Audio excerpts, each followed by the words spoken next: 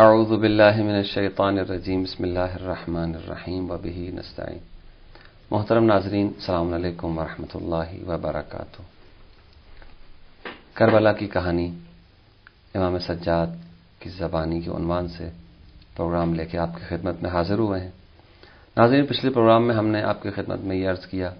کہ کربلا جو آج تک زندہ و جاوید ہے، اس کی کیا وجوہات ہیں۔ یقیناً اس واقعے کی حیات جاویداں میں حضرت امام سجاد علیہ الصلوۃ والسلام کا کردار ایک انتہائی اہم اور نمایاں کردار ہے، اور اسی سلسلے میں ہمارے پروگرام میں ہمارے مہمان تھے جو آپ کے سامنے گفتگو کر رہے تھے، مولانا سید نفیس حیدر تقوی صاحب۔ قبلہ السلام علیکم۔ وعلیکم السلام ورحمۃ اللہ وبرکاتہ۔ قبلہ، اب تک جو ہماری گفتگو ہوئی پچھلے پروگرام میں وہ امام سجاد علیہ الصلوۃ والسلام کے کردار کے حوالے سے کہ انہوں نے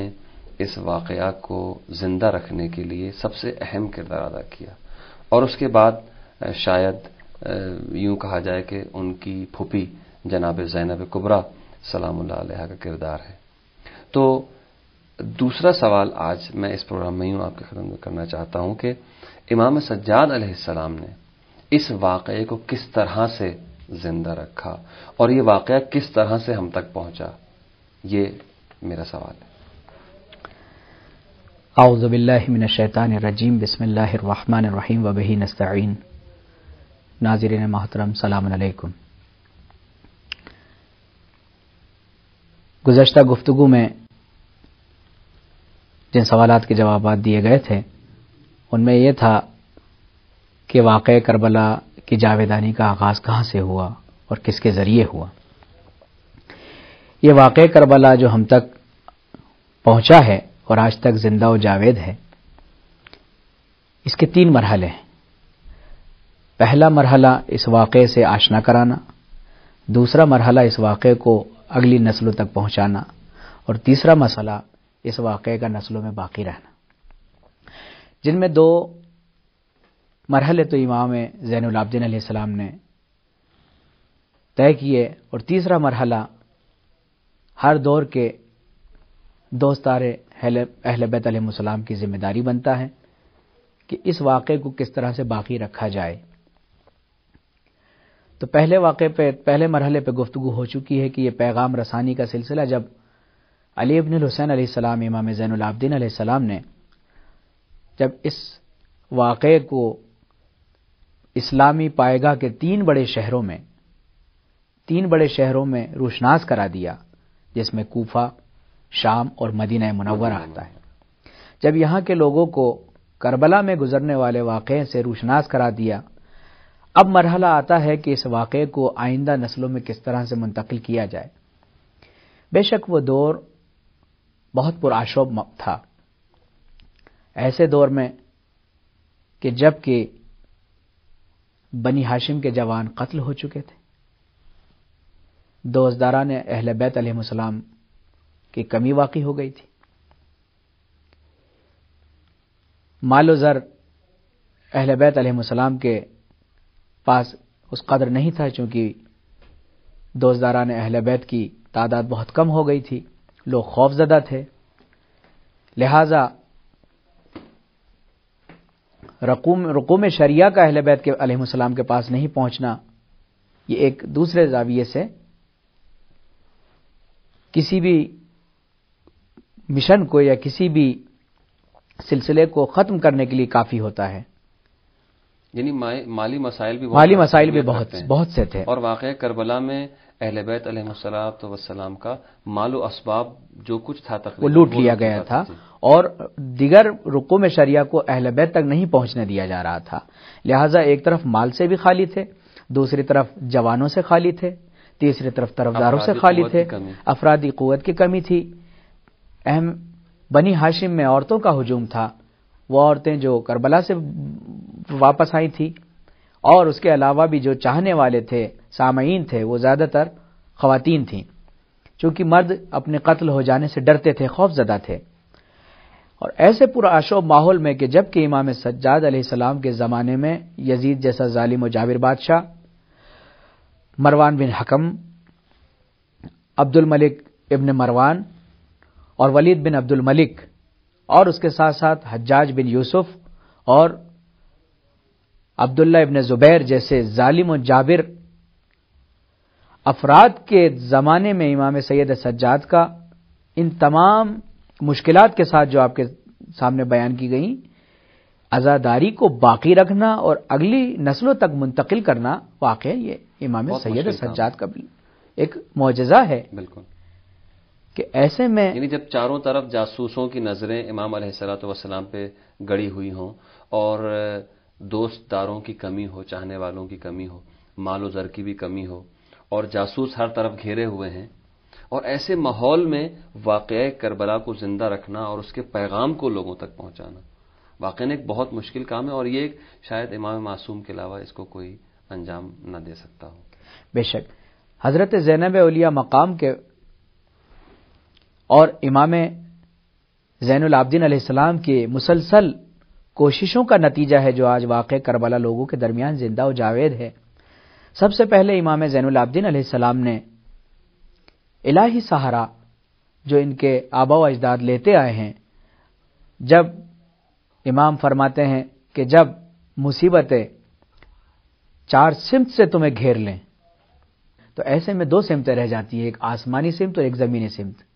امام نے زمین پہ سجدہ ریز ہو کر بتایا کہ خدایا میں اس راستے سے تجھ سے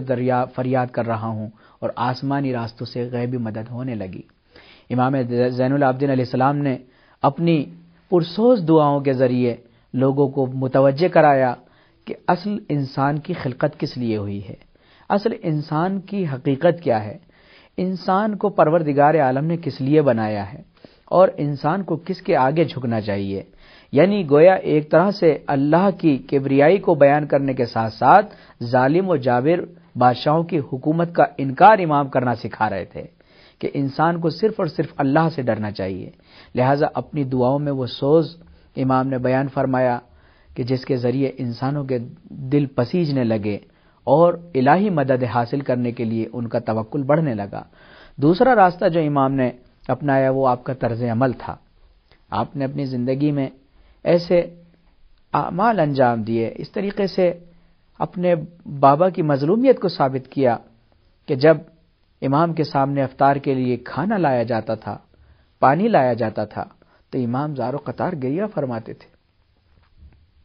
اور ہائے بابا، ہائے میرا مظلوم، بھوکا اور پیاسا بابا، یہ کہہ کر آپ گریہ فرمانا شروع کرتے تھے۔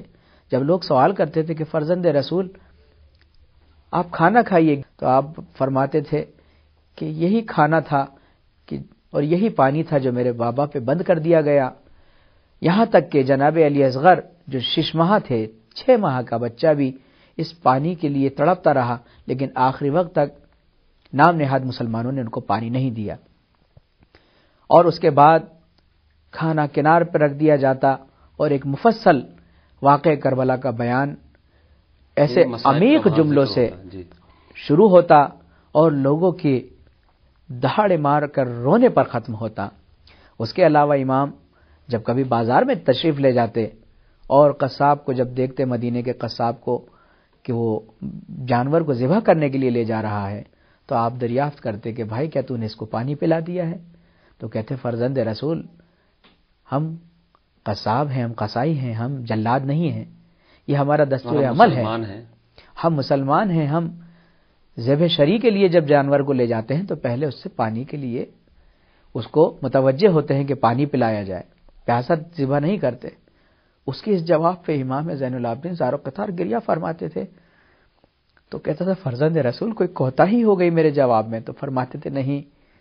کہ کیا تم نے کسی ایسا شخص دیکھا ہے کہ جس کو فرات کے کنارے ذبح کیا جائے اور پانی نہ دیا جائے؟ تو کہتے فرزند رسول ایسا تو ہم نے کوئی ذبیحہ نہیں سنا۔ تو آپ فرماتے کہ ہائے میرا تشنہ دہن بابا، کہ جس کو نہر فرات کے کنارے 3 دن کا بھوکا پیاسا ذبح کر دیا گیا۔ اور آپ فرماتے تھے کہ جب کبھی بھی کسی جانور کو ذبح کرو تو اس سے پہلے اس کو پانی پلاؤ، اس کو دانہ ڈالو، اس کو کھانا کھلاؤ۔ لہٰذا امام نے اپنے اس طریقے سے، اپنے طرز عمل سے لوگوں کو بتایا کہ میرا بابا تشنہ دہن پیاسا ہوا ہے، کس لیے شہید ہوا ہے، تشنہ دہن شہید کس لیے کیا گیا ہے۔ اس سے اس طرز عمل کے ذریعے، اس طریقہ کار کے ذریعے نہ صرف امام اپنے باپ کی، اپنے والد کی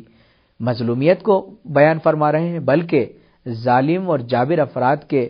چہروں سے نقاب کو ہٹا رہے ہیں اور بتا رہے ہیں کہ اگر میرے بابا نے کربلا میں قربانی نہ دی ہوتی تو فرعونیت سر چڑھ کر بول رہی ہوتی، نمرود آج پھر زندہ ہو گیا ہوتا،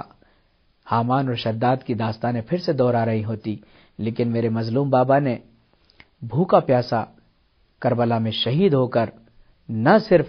ان سب کا خاتمہ کر دیا بلکہ انسانیت کو بقا دی ہے اور ایک واضح اور روشن راستہ انسان کے لیے بیان فرمایا ہے۔ بہت شکریہ قبلہ۔ یہاں پہ آپ نے ایک ذکر کیا تھا ابھی کہ امام سجاد علیہ السلام نے اس واقعے کے بعد ایک سلسلہ جو شروع کیا وہ دعاؤں کا شروع کیا۔ اگرچہ ہر امام کی زندگی میں ہمیں دعائیں ملتی ہیں اور انتہائی اہم اور خوبصورت دعائیں جن کے اندر علوم اور معارف کا ایک سمندر ہے، لیکن امام سجاد کی دعاؤں کی ایک خصوصیت ہے جس کو شاید ہمارے ناظرین بھی جانتے ہوں کہ امام علیہ السلام دعا کے ہر چند جملوں کے بعد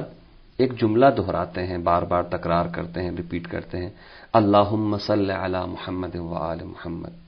اس جملے کو بار بار دہرانے کی کیا وجہ ہے؟ یہ جملہ اور دعاؤں میں کم ملتا ہے۔ یہ آپ نے بہت اچھا سوال کیا ہے۔ اللہم صلی علی محمد و آل محمد کا اپنی دعاؤں میں بار بار ذکر کرنا، یہ ہمیں اس بات کی طرف متوجہ کرتا ہے کہ اس دور میں تمام طاقتوں کا یہی ہدف تھا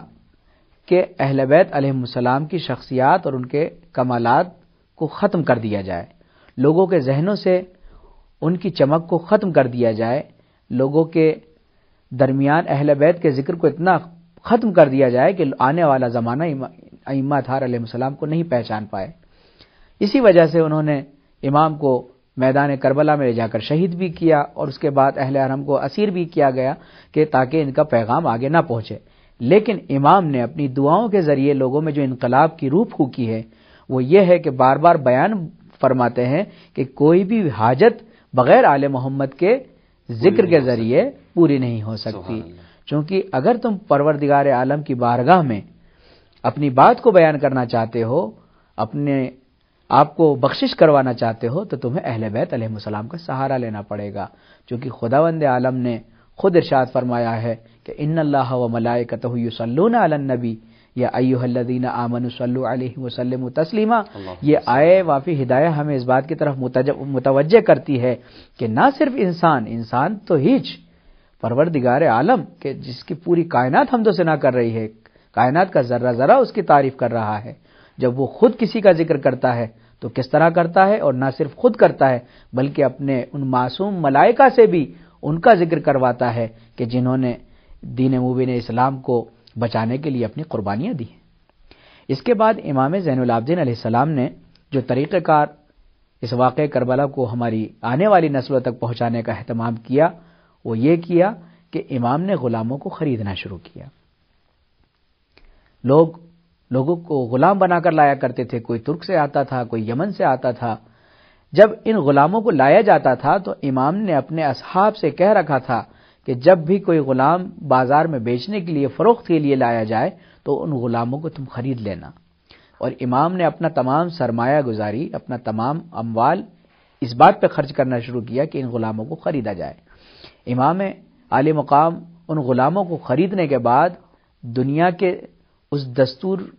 کے ذریعے جو قانون اس زمانے میں چلتا تھا کہ غلاموں سے خدمت لیتے تھے، اس کے برعکس امام ان غلاموں سے خدمت نہیں لیتے تھے بلکہ ان کے ساتھ اچھا برتاؤ کرتے تھے، ان کو اخلاق کی دولت سے مالا مال کرتے تھے، ان کو علم کی دولت سے آراستہ کرتے تھے، ان کو علم کے نایاب گواہر سے آراستہ کرتے تھے اور عملی جامہ ان کو پہناتے تھے، اور ان تمام چیزوں میں جب ان کو وہ بالکل نکھار دیتے تھے، ان ہیرو کو تراش دیتے تھے، تو پھر واقعہ کربلا کی اس مظلومیت کو ان لوگوں کے دلوں تک منتقل کرتے تھے جو ریزکاریاں، جو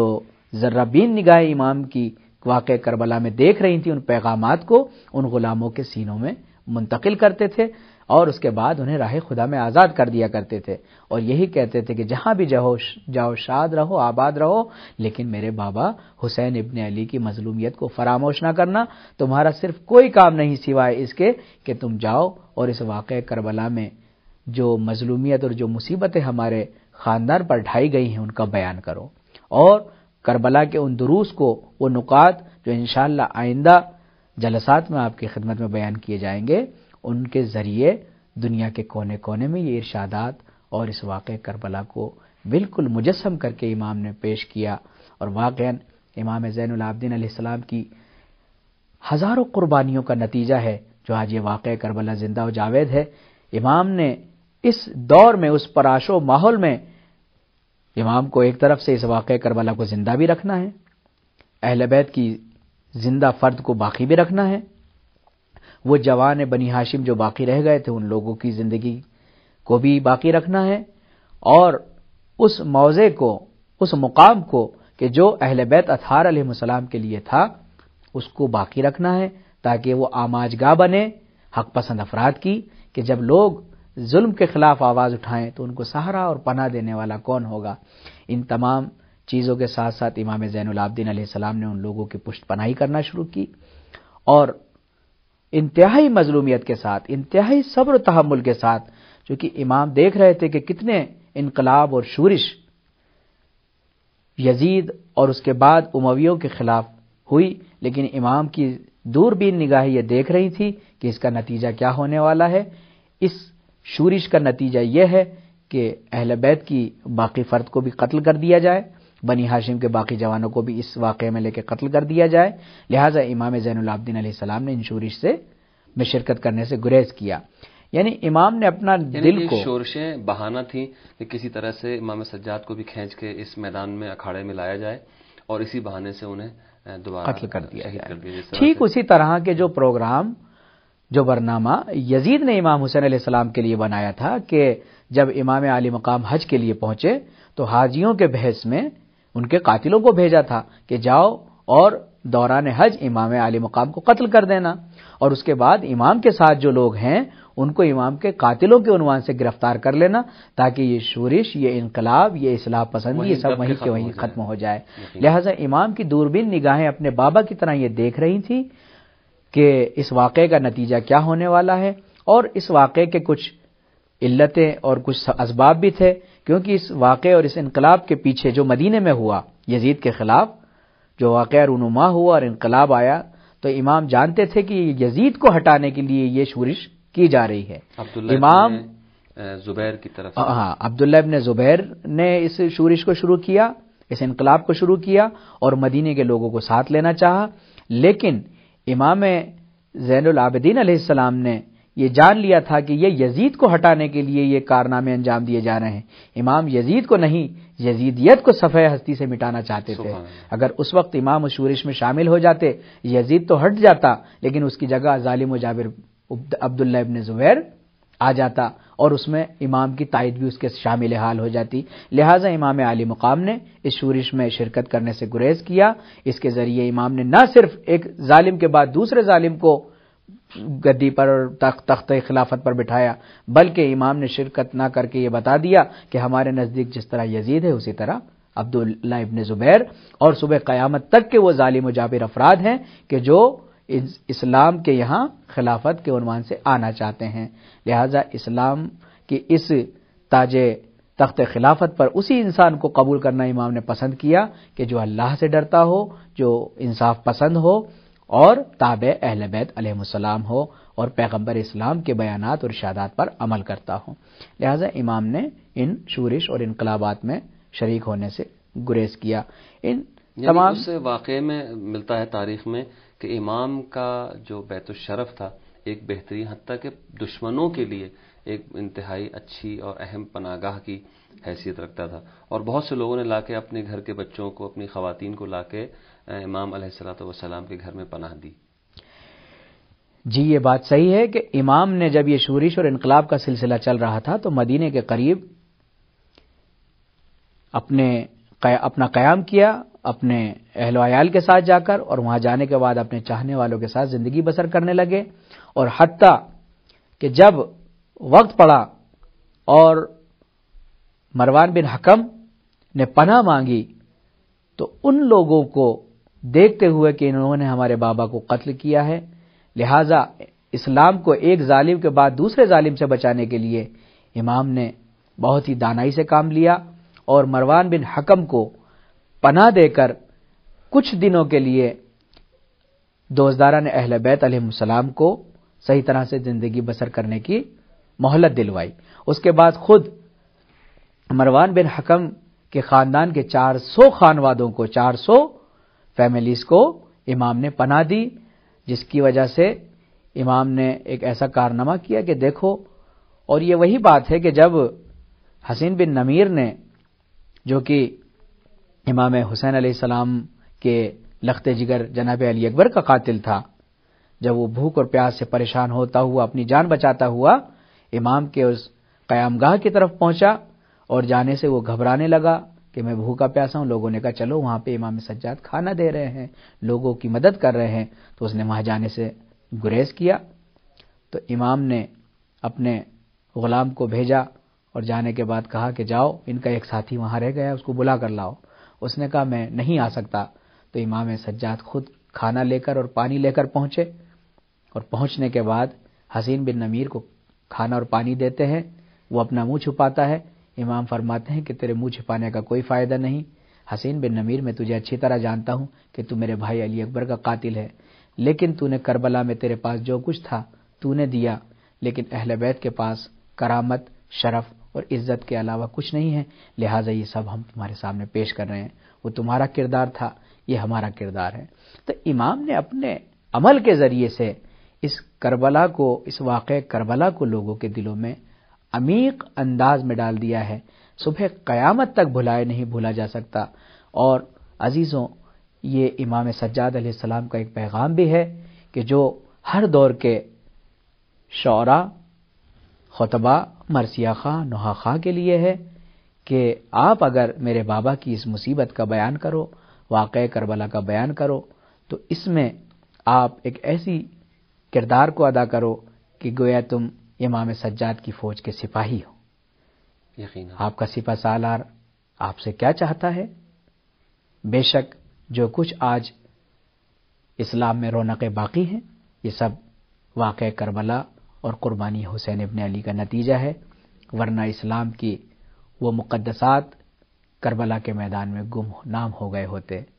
اور اس گمنامی سے اسلام کو بچانے کے بعد، حسین کی شہادت کے بعد، آپ کے فرزند امام زین العابدین علیہ السلام نے لوگوں سے مقدسات اسلام کو روشناس کرایا، جس کے لیے صبح قیامت تک کا مسلمان ان کی اس قربانی کا مرہون منت رہے گا۔ قبلہ، آپ نے ابھی اپنی گفتگو میں جو اشارہ کیا تھا غلاموں کے حوالے سے، یعنی امام زین العابدین علیہ السلام گویا غلاموں کو خرید کے ان کی تربیت کیا کرتے تھے، اور یوں کہا جائے کہ امام سجاد علیہ السلام سوز کربلا کو آخر میں ان کے دل تک پہنچاتے تھے اور منتقل کر دیتے تھے، تاکہ یہ غلام چاہے حبش سے آئے ہوں، افریقہ سے آئے ہوں یا ایران سے آئے ہوں، جب واپس جائیں اپنے اپنے شہروں، اپنے اپنے ملکوں کی طرف اور علاقوں کی طرف، تو اس درد کو اپنے ساتھ لے کے جائیں اور اس درد کو لوگوں میں پھیلائیں اور واقعہ کربلا کو لوگوں تک پہنچائیں۔ شاید یہی وجہ ہے کہ آج دنیا کے ہر کونے میں اور چپے چپے میں جو ہے وہ عزاداری امام مظلوم کو منایا جاتا ہے۔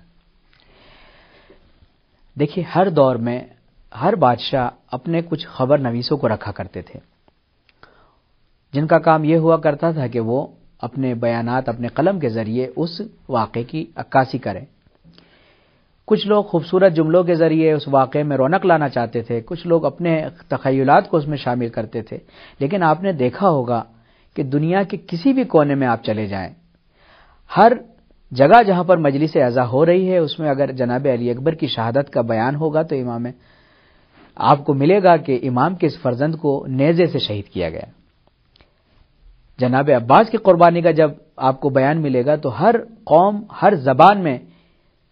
جناب ابوالفضل العباس کے شانوں کے قلم ہونے کا ذکر ملے گا، جناب علی اصغر کے تیر لگنے کا ذکر ملے گا۔ اگر یہ راویوں کے ذریعے ہم تک پہنچا ہوتا، اگر یہ داستان نویسوں کے ذریعے ہم تک پہنچا ہوتا، تو یہ ان کی بدل چکے ہوتے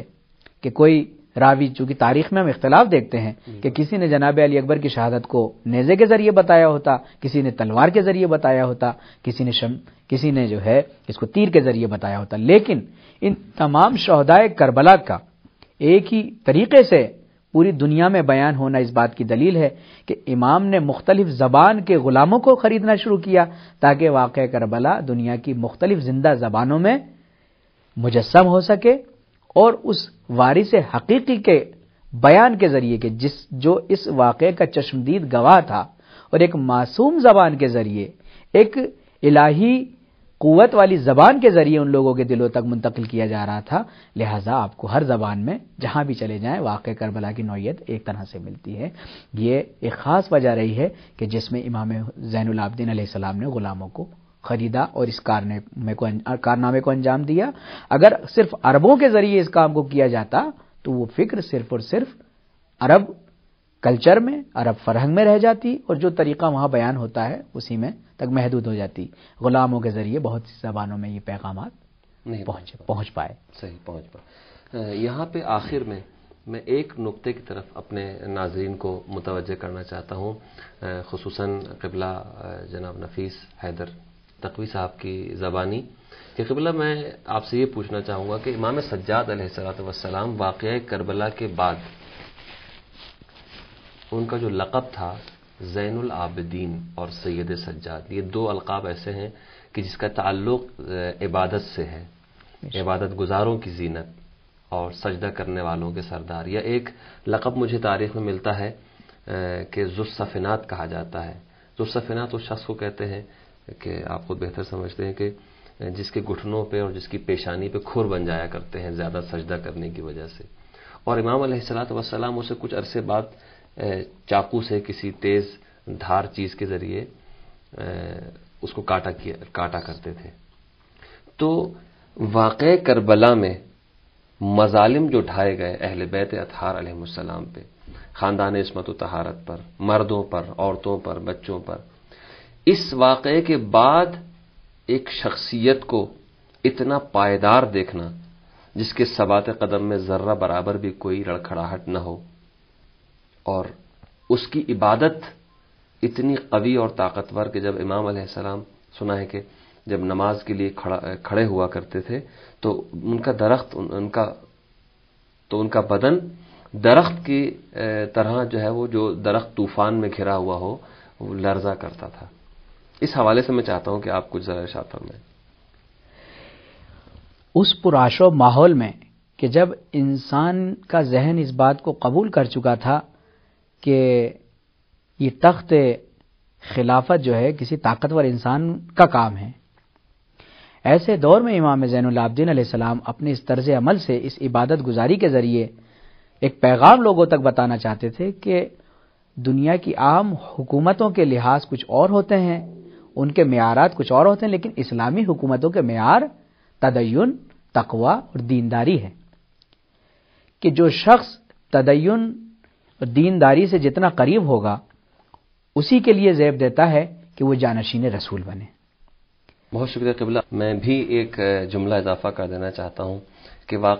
واقعہ کربلا کے بعد کسی شخصیت کو جب اتنا کچلا گیا ہو، اس کی شخصیت کو اتنا توڑا گیا ہو، اس پہ اتنے ظلم ڈھائے گئے ہوں، تو ایک عام انسان اگر ہوتا تو یقیناً وہ شاید ان مصائب کو تحمل نہ کر پاتا اور صبر کا دامن اس کے ہاتھ سے نکل جاتا اور شاید وہ خدا کا بھی انکار کر بیٹھتا۔ لیکن اس واقعے کے بعد امام سجاد کو سید سجاد کہا گیا، یعنی پھر ان کا ایمان یقیناً اگرچہ معصوم ہے، لیکن اگر ہم عام انسانوں کے ذہن سے اگر ہم سوچیں اور دیکھیں تو اس واقعے کے بعد امام کا ایمان اور پختہ ہوتا چلا گیا، وہ زین العابدین قرار پائے، وہ سید سجاد قرار پائے۔ تو ناظرین، لگا کے دشت بلا میں سبیل چھالوں کی، غم حیات کو پانی پلا گئے سجاد، سرے حبیب پکارا کہ اے وطن والو، نماز سیکھ لو کوفے میں آ گئے سجاد۔ خداوند عالم آپ کو کوئی غم نہ دے سوائے غم حسین کے۔ اللہ حافظ۔